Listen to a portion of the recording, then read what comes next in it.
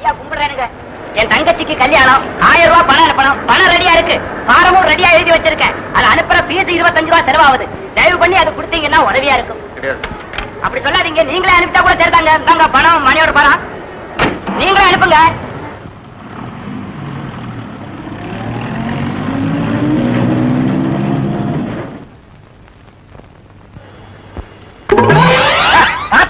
நீ பார்த்து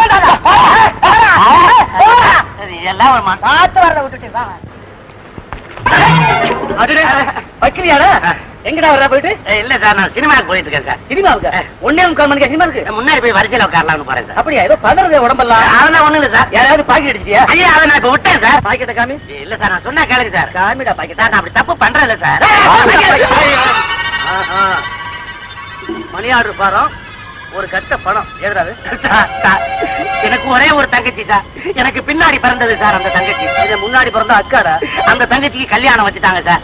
அம்மா 1000 ரூபாய் கேட்டு அனுப்பிச்சாங்க. படாத பாடுபட்டு அனுப்ப போறேன் சார். அதுக்கு கஷ்டப்பட்டு நீ அனுப்புறியா? ஆமா சார். ஒரு தங்கச்சிக்கு ஒரு அண்ணன் அனுப்ப வேண்டிய கடமைடாது. உடனே அனுப்பிடா போட. சரி சார். பாக்கெட்லாம் அடிக்கிறது இல்லையா? இல்ல சார். போஸ்ட் ஆஃபீஸ் இங்கடா சார். நான் சாயந்தரம் அனுப்பிச்சிடலாம் சார். இல்ல இப்பயே அனுப்பு. இல்ல சார், சொன்னா கேளுங்க சார். சாயந்தரம் மனசு மாறி போவோம். மணி 12 ஆகுது சார். 12:30 இதுக்கு என்ன சார் சம்பந்தம்? இன்னைக்கு ரேசருக்கு போயிடலையே. போக மாட்டேங்க சார். டேய் அனுப்பிடா. இல்ல சார், டேய் நல்லது செய்யணும் முடிவு பண்ணிட்டேன். அதை இப்பவே செய்யண்டா சார். நான் செஞ்சேன் சார். நானும் கூடவே இருக்கிறேன். வாரம் அனுப்பிடா. இல்ல சார், நான் சொன்னேன் அனுப்பி. விஷயம்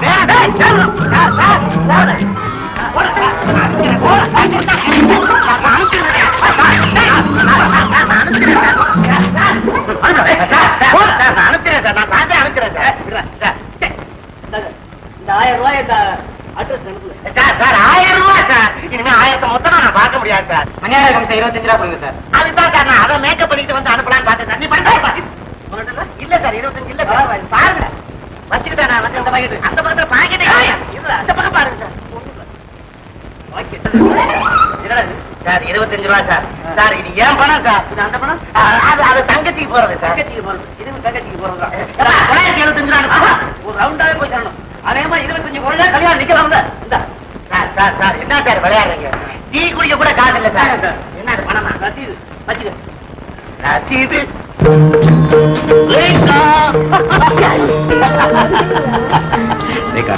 இது வீட்டுக்கு யாரெல்லாம் வராங்கன்னு போலீஸ் பாஸ் பண்ணிருக்காங்க. அதனாலதான் இந்த கோலத்துல வந்திருக்கேன். நீங்க வேஷத்தை மாத்திக்க, பின்பக்கமா கம்மி நீட்டலாம். எங்க கிரீடத்தை கைப்பற்ற எப்படி?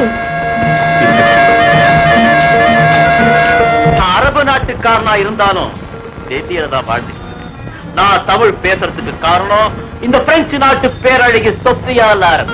இவங்க தமிழை கத்துக்கணுங்கிறதுக்காக இந்தியாவுக்கு வந்து அதை சுத்தமா கத்துக்கிட்ட வந்து. பிரெஞ்சுக்கும் அரேபியாவுக்கும் என்ன கனெக்ஷன்? முதல்ல நாம பிசினஸ் பேசுவோமா? 1 minute. ஓகே.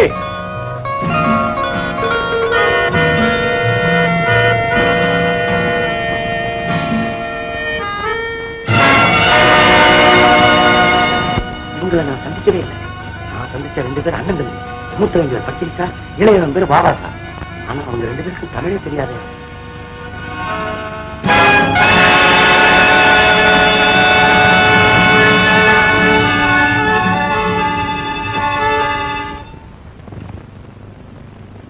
ஹால்ல என் பர்த்டே ஃபங்க்ஷன் நடந்துகிட்டு இருக்கு.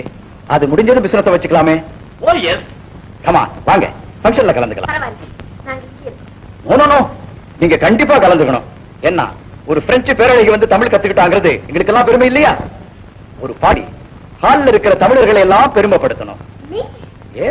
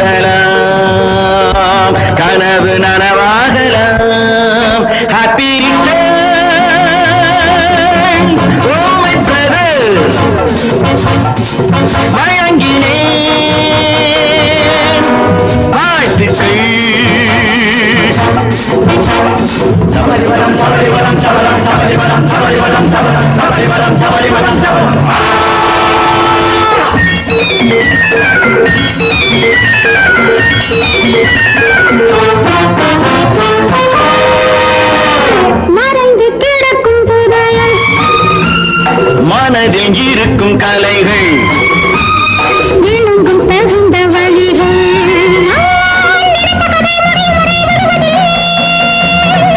மன்னன் மாளிகை விருந்தாய் வந்தோம் மர்ம நாவலின் முடிவை காணோம் தேடி நாம் வந்தது தெரியும் நாள் வந்தது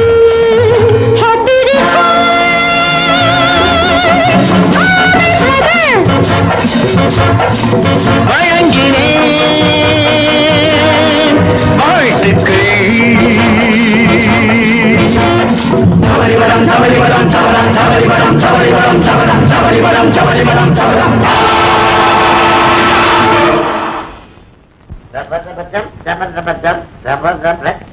என்னடா தம் அம்மா ஒரு வெளிச்சத்துல ஆடுனா அடையாளமே தெரியல ஆம்பளையா பொம்பளையா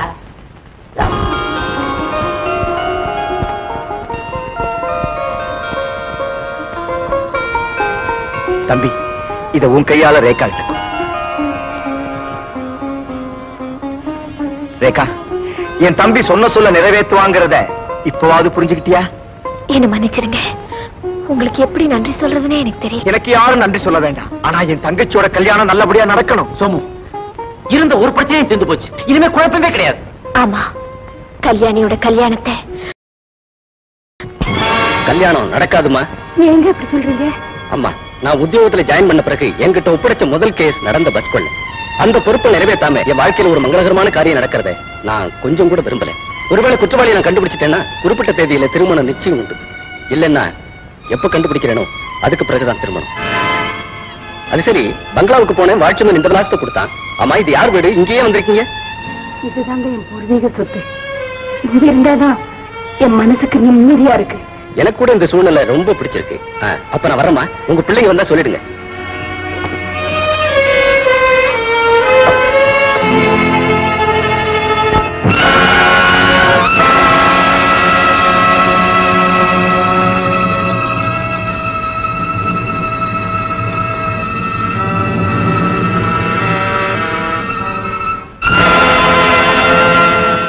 தூங்குறாங்க. அம்மாவுக்கு எப்படி இருக்கு? அவங்களுக்கு ஒண்ணும் வியாதி இல்ல. அவங்க எதையும் நினைச்சு கவலைப்பட்டு சாப்பிடாம இருந்திருக்காங்க. அந்த வீக்னஸ் தான். அதுக்காக தரையில படுக்க வைக்கணுமா? பெட் காலி இல்லைங்க, இன்னும் கொஞ்ச நேரத்துல காலி ஆயிடும். நோ, ஸ்பெஷல் ரூம் இருக்கா இல்லையா? இருக்குங்க. ஏர் கண்டிஷன் இருக்கு சார். அப்படின்னா உடனே ஏற்பாடு பண்ணுங்க ஒரு ரூமுக்கு. கல்யாணி, இவங்க எவ்வளவு பணம் கட்டணுமோ கட்டி ஒரு ரூமுக்கு ஏற்பாடு பண்ணுங்க. கல்யாணி, அதெல்லாம் எனக்கு வேண்டாம், இந்த பாயே போதும். அம்மா, இப்ப நீங்க இருக்க நிலைமையில தரையில படுத்தா சளி பிடிச்சிருமா? எனக்கு சனியம் பிடிச்ச ரொம்ப நாளாகும். சளி பிடிச்சா என்னைக்கு சோத்த சாப்பிட ஆரம்பிச்சேனோ அன்னைக்கே நான் சாக ஆரம்பிச்சேன். இன்னைக்கும் நாளைக்கும். அதுக்கப்புறம் நீ நிம்மதியா இருக்கலாம். ஓஹோ, எனக்கு அதுல இல்லமா நிம்மதி. உனக்கு முன்னாலேயே நான் போயிடுவேன், அதுலதான் எனக்கு நிம்மதி. பாத்தியாடா பஞ்சு, பாத்தியா அவன் என்ன சொல்லிட்டு போறான் பாத்தியா? அவன் திருந்தணும்னு நினைச்சானே நான் அப்படி பேசினேன். அவனோட சொல்லிட்டு போறானே. அம்மா, சோமுவோட குணம் உங்களுக்கு தெரியாதா? கோபத்துல எது வேணாலும் பேசுவான். கல்யாணியோட கல்யாணம் மட்டும் நடக்கட்டும், அப்புறம் பாருங்களேன் சோமு எவ்வளவு நல்லவன் ஆகிறான்னு. பஞ்சு, கல்யாணம் நடக்காதுப்பா. ஏமா அப்படி சொல்றீங்க? சோமுதான் திருடன்னு சுந்தர் கிட்ட யாருமே சொல்ல போறது இல்ல. சோமுவை பிடிக்காம சுந்தர கல்யாணம் செஞ்சுக்க போறது. பிடிச்சாலும் திருடன்னு தெரிஞ்சு இந்த கல்யாணம் நடக்காது. இந்த நிலைமையை நான் யார்கிட்ட போய் சொல்லுவேன்? சுந்தருக்கு வேண்டியது திருட.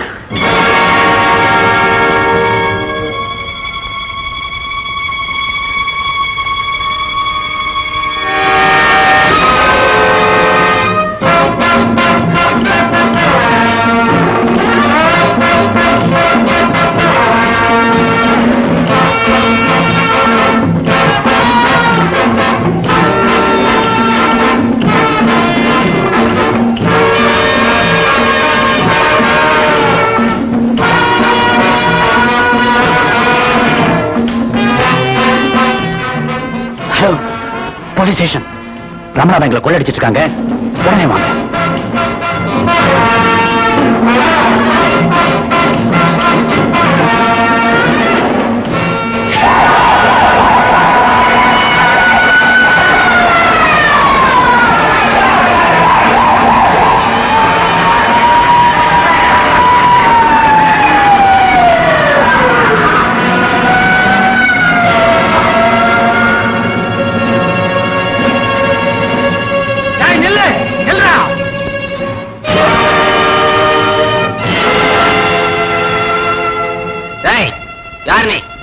இதுக்கு முன்ன எந்த ஜெயில இருந்த? இது வரைக்கும் நான் ஜெயிலுக்கே போனதில்லை.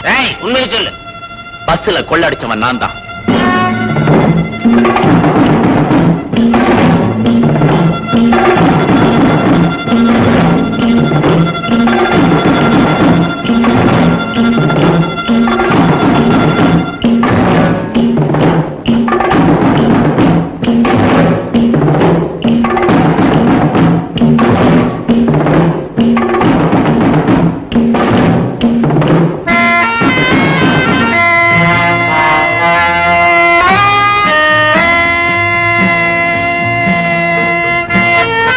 Hello mister Somu.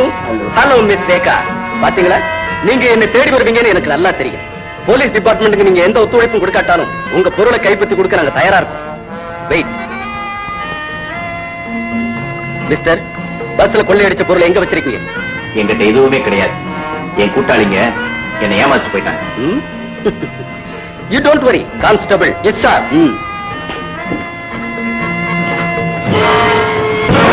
Nothing but a fact. அந்த பொருள் என்கிட்ட இல்ல. என்ன ஏமாத்தாங்க. ஆமா. Wait wait. ஓடி போற தம்பி திரும்பி வந்தான். கூட பிறந்த அண்ணனை காட்டி கொடுத்தான். தங்கச்சியை வாழ விடாம செஞ்சான். உலகத்தில் இருக்கிறவனுக்கு காரி துப்புறதை விட அவன் திரும்பி வராமல் இருக்க நல்லது இல்லையா? சுடு. இதோட என் நல்ல எண்ணங்களை சுட்டு புசிக்கிறது. திருட்டுக்கு சொந்தக்காரன் நீ இல்ல, இந்த குரலுக்கு சொந்தக்காரன் நீ. உண்மையை சொல்லு. யார் உங்க அண்ணன்? எனக்கு அண்ணனே கிடையாது. என்னது? யாரோ பஞ்சுவா உன் தம்பியா? அவனை போய் போலீஸ்காரங்க அடைச்சு வச்சிருக்காங்களா திருடன்னு? என்னப்பா இது கதை கப்பி ரோட்ல போகுது? ஆமாண்டா, என் தங்கச்சி கல்யாணத்துக்காக என் தம்பி செய்த தியாகம்டா இது. ஆமா, இதெல்லாம் உனக்கு எப்படி தெரியும்? எங்கன்னு தான் சொன்னான். அவன் உன்னை என்ன ஏமாத்திட்டு இன்னும் கொஞ்ச நேரத்துல ஊரை விட்டே போறான். என்ன சொல்ற நீ? ஆமாண்ணே, உன்கிட்ட கொடுத்தது உண்மையான கிரீடம் இல்ல, ஒரிஜினல் மாதிரியே போலி ஒண்ணு செஞ்சு வச்சிருந்தான். அதைத்தான் உன்கிட்ட கொடுத்தான். கிடையாது கிடையாது கிடையாது. You shut up. எனக்கு தெரியும் உனக்கு ஒரு அண்ணன் உண்டு, ஒரு தங்கச்சி உண்டு. உண்மையை சொல்லு. எனக்கு அண்ணனும் கிடையாது, தங்கையும் கிடையாது. என்னண்ணா இது அநியாயம்? எனக்கா உங்க வாழ்க்கையை பாழாக்கிக்கிறீங்களா? அப்பேற்பட்ட வாழ்க்கை எனக்கு தேவையே இல்லை. அவர் சொல்றது நம்பாதீங்க. அவர் திருட இல்ல, என் கூட பிறந்த அண்ணன் பஞ்சு. சபாஷ். தேங்க்யூ கல்யாணி. கல்யாணி பஞ்சுக்கு அண்ணன் சோமு. அப்போ சோமு தான் திருட. இங்க தெரியலண்ணா. அதுக்காக நீ பயப்படாது. உன் அண்ணன் திருடுங்கிறதுக்காக நான் உன்னை வெறுத்து ஒதுக்க மாட்டேன். நீயே என்னை இப்படி ஏமாத்துறேன். நான் உன்னை ஏமாத்தணுங்கிற நோக்கம் எனக்கு கிடையாது. நான் யாருகிட்டையும் ஏமாறக்கூடாதுங்கிறது தான் என் நோக்கம். வியாபாரம் முடிஞ்சு போச்சு.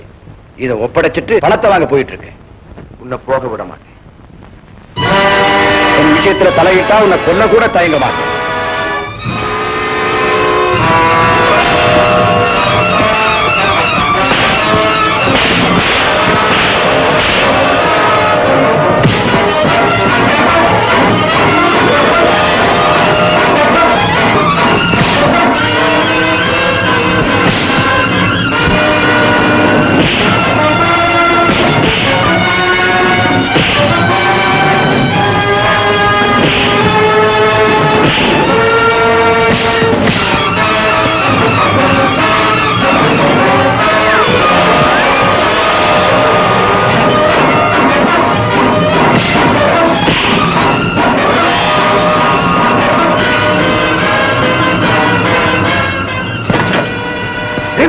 சீக்கிரம் வண்டி எடு.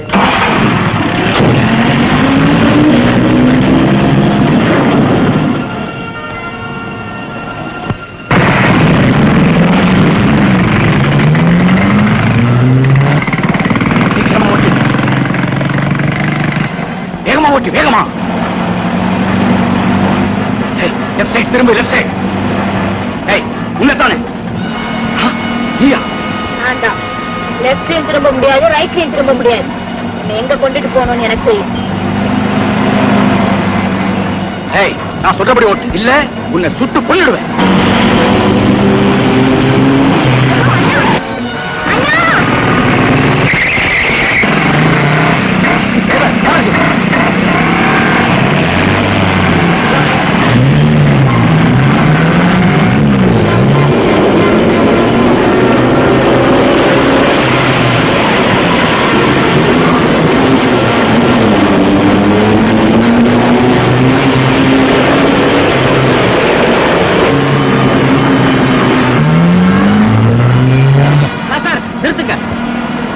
சோமு போறான். எல்லாருக்கும் தெரியும். Keep quiet.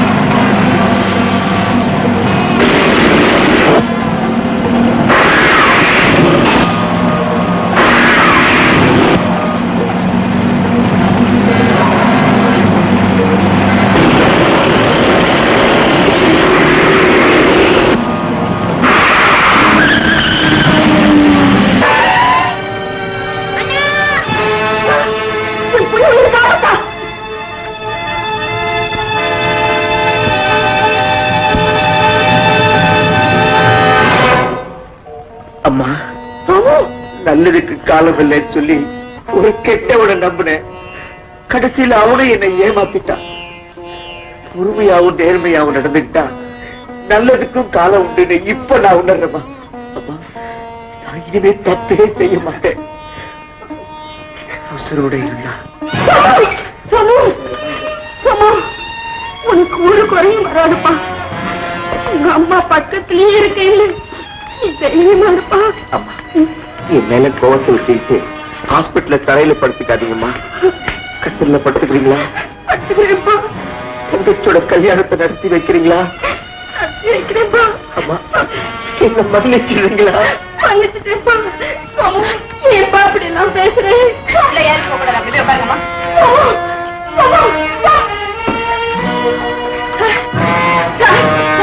என் பிள்ளைக்கு எப்படி இருக்கு சார்? ஐயா, என் பிள்ளை கெட்டது இல்லையா? ஏதோ சேரக்கூடாத இடத்துல சேர்ந்து தவறு செஞ்சுட்டான். அவனுக்கு என்ன தண்டனை வேணாலும் கொடுங்க, ஜெயில வேணாலும் போடுங்க. அவன் உயிரோடு இருந்தா போதும். ஐயா, உங்களை கையெடுத்து கும்பிடுறேன். அவனை எப்படியாவது பழைக்க வைக்க சொல்லுங்க.